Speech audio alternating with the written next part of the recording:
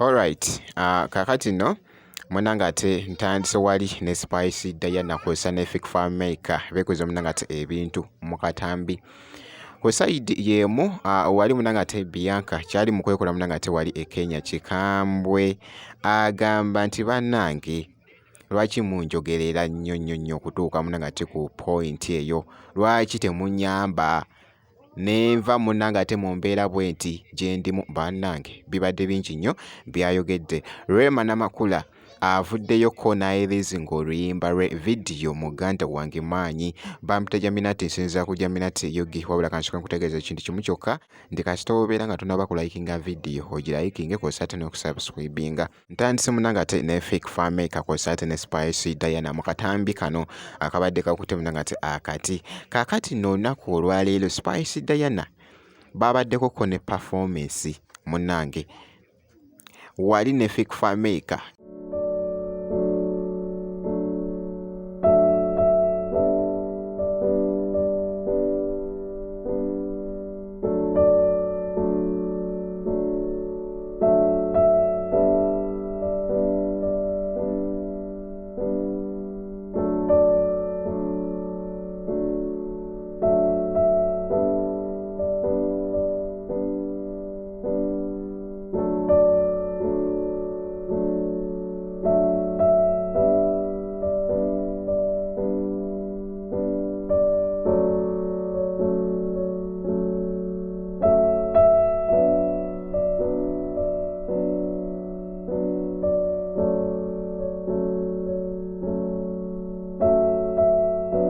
jjukira nti no Fake Farm Maker yakamala okuvaayo n'ayirizinga vidiyo ye munanga ati eya Champion Girl.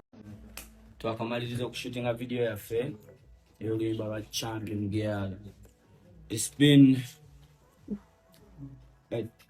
2 days shoot. Yeah man. Yeah, we shot last time. Tukomye omurundi ogwokubiri era shootinga waka quality.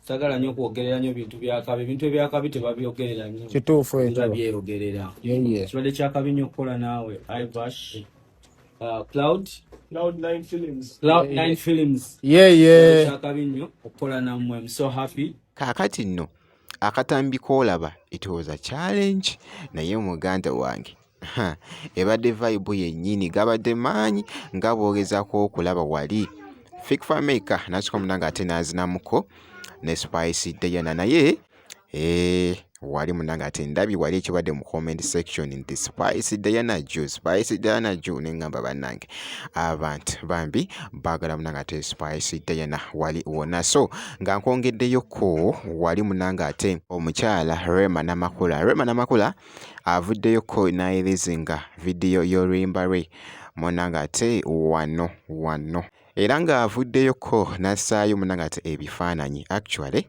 tosaanidde munanga ate kubeera nga osubwa vidiyo eno yagitaddemu mwana mulenzi munanga ate wali mwana mulenzi omu ku babbitusi abasatu alina gaayi gw'ataddemu munanga ate mu vidiyo eno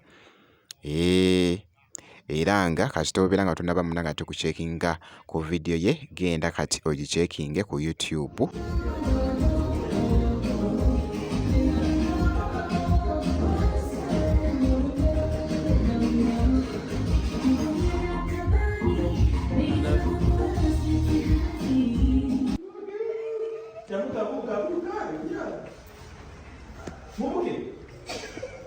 wait Rema wait we're not just kulanti ochulide kyatuse kideo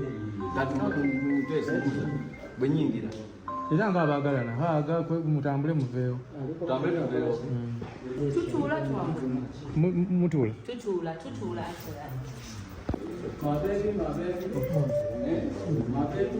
osayongere eri kuno kwennyini yagitaddeko dda omukyala munanga ate Rema Namakula era nga avuddeyoko ku bimu ku bye yasobodde munanga ate okukwata ataddeyoko ebifaananyi nga embeera munanga ate bwe yabadde mu vidiyo shoot bw'atyo n'ateekayo ebifaananyi ebyo ebibadde byaka wabula abadde ayambadde Rema Namakula munanga ate abadde anyumye okukamalako obumazi eside eyo. So bwekito munanga ate bwekitambudde ku Rema Namakula. Nga nkwongeddeyoko akatambi ke nkwongeddeyoko keeko omwana mulenzi munanga ate Bianca ali wali mu Kenya naye muganda wange. Abadde live n'agamba nti nno munjogeredde nnyo biki ne mwogera kino nti ndi mu mbeera bweti bannange ekibadde wano. Nti naye ayagala munnange ate okubeerako ewuwe. Lwaki okunjogerera ebyo byonna bye munjogerera lwaki temuvaayo ne munnyamba oba munzimbira nnyumba oba mukola ki bannange? Wabula Bianca nze bino ebintu bikola lwa content ate ekirala nange nnoonya kyakulya. Nzuno omwana nze kolaba wano siina wange okitegeera, siina wange, siina wakusuula neetaagawo okusuula nange ewange. Ate ekirala mwabanvuma nammwe bange singa ojja n'ompaayo kyompadde oba gamba nti Bianca nkuwadde kano akayumba njagala okabeeremu naye toddamu kukola ekyo kintu kyobadde okola n'addamu ndaba nga nzizemu okikola manya nti kano akaana tekawulira oba nkuba silaapu jangu ompeeyo kyokala kamotoka nze sikasana kavuga kyekinkozesa bino just embeera era bwe nnaatereera bwe nti siriddamu bikola mwe mujje munyambeko mulabe. So, Yeah. kabadde kakutte nnyo munnanga ate vibe. Jjukira nti nno nkutegeezezza ne nkugamba nti yabadde live ku mukutu ogwa TikTok. Jjukira nti nno akyali wali Kenya naye nga abagoberezi bw'omwana mulenzi ono ba mwana muwala Bianca tebannaba kutegeera ki Bianca ekyamututte munnanga ate mu Kenya ekituufu mulimu ki gwali mukola eyo. Naye ng'okusinziira wali ngezezzaako okunoonyereza n'endaba nga bali mu kuzannya comedy awo bikyawo. So ffe weetuli munnanga ate okubeera nga tukutuusaako byonna ebigenda maaso. Ky'olina okukola kusigala nga weekuumidde munnanga ate ku Jaminat Yogi. Ebisigadde byonna obiturekere, tujja kubeera nga tukuwa update gwe kasitobeera ng'osubscribinze.